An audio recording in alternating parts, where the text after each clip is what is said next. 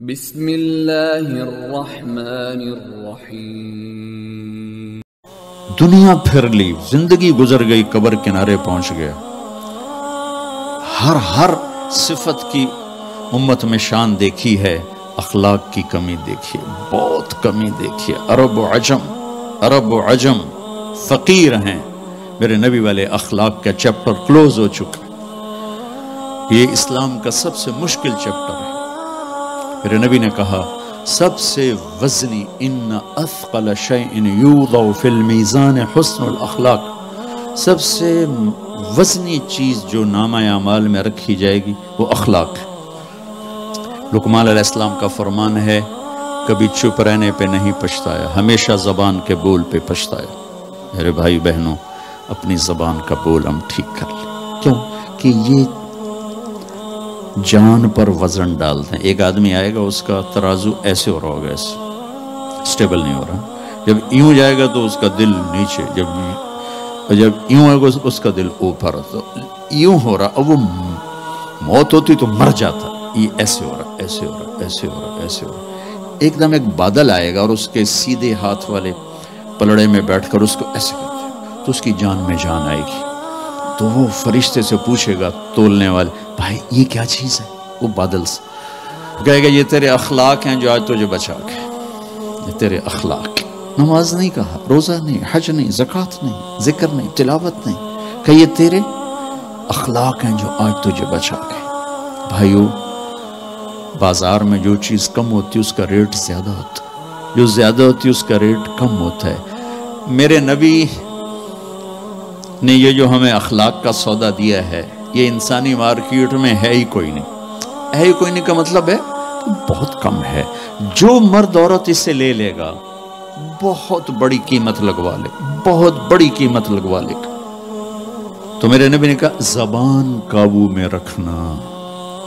اور معاذ وہ ہستی ہیں جن کو آپ نے کہا قیامت کے دن میری امت کے علماء کا جھنڈا معاذ کے ہاتھ میں ہوگا، یہ وہ شخص۔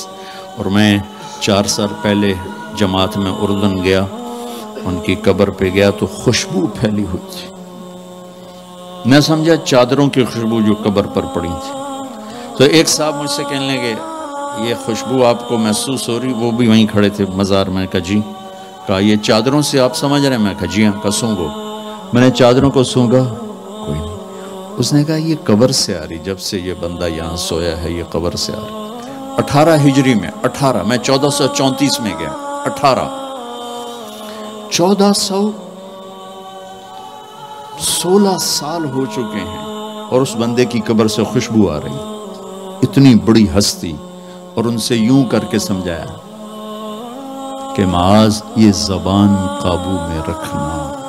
میرے بھائیو، انسان اپنی نیچر نہیں بدل سکتا، وہ ٹورانٹو میں رہے یا وہ چاڈ میں رہے یا وہ میں تو ان صحراؤں میں پھرا ہوں، زندگی کا خوفناک نقشہ دیکھا ہے، ہزاروں سال پرانی زندگی۔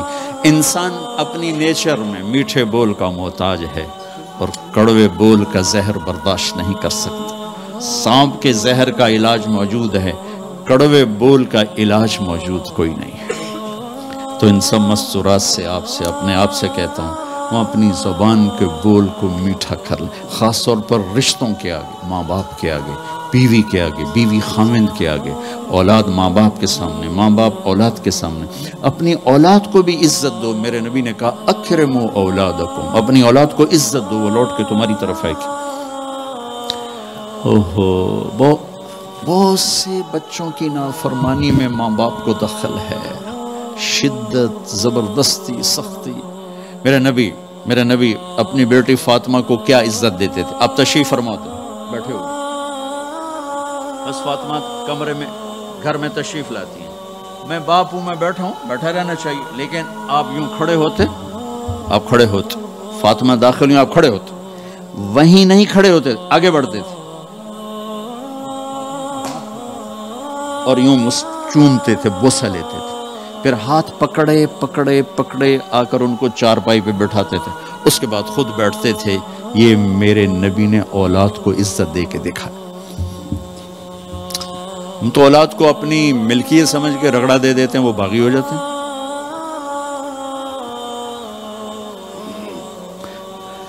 رشتوں میں زبان کا استعمال، تعلق میں زبان کا استعمال، یہ انسان کو اونچا اور نیچا کرنے والی بہت بڑی چیز.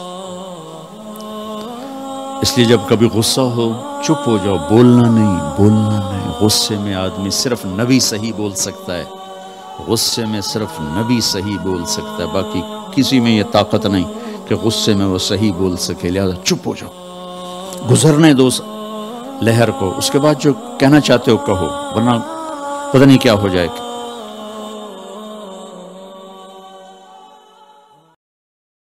Thanks for watching. For latest updates, subscribe my channel and press bell icon.